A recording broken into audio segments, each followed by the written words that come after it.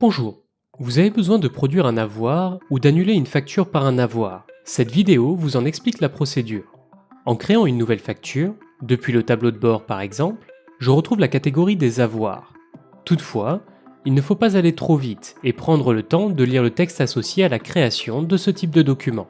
En effet, celui-ci me fait comprendre que créer un avoir revient au même que de passer par la création d'une facture directe. Autrement dit, un avoir n'est rien d'autre qu'une facture dont le total est négatif.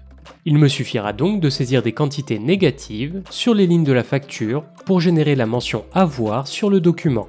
Les deux types de factures ont donc été séparés dans la liste pour que la possibilité de créer un avoir vous soit affichée, mais vous pouvez cliquer sur l'un ou l'autre, les possibilités restent les mêmes.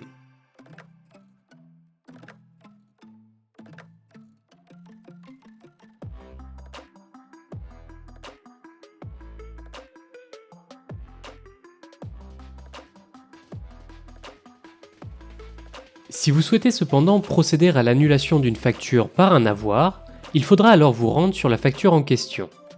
Comme vous le savez probablement, une facture validée ne peut plus être supprimée pour des questions légales. Si j'ai fait une erreur sur la facture, je dois alors l'annuler par un avoir. Une fois sur la facture, je clique sur le bouton d'annulation. Une fois la date et le motif de l'annulation renseignés, le logiciel produit automatiquement un avoir du montant de la facture.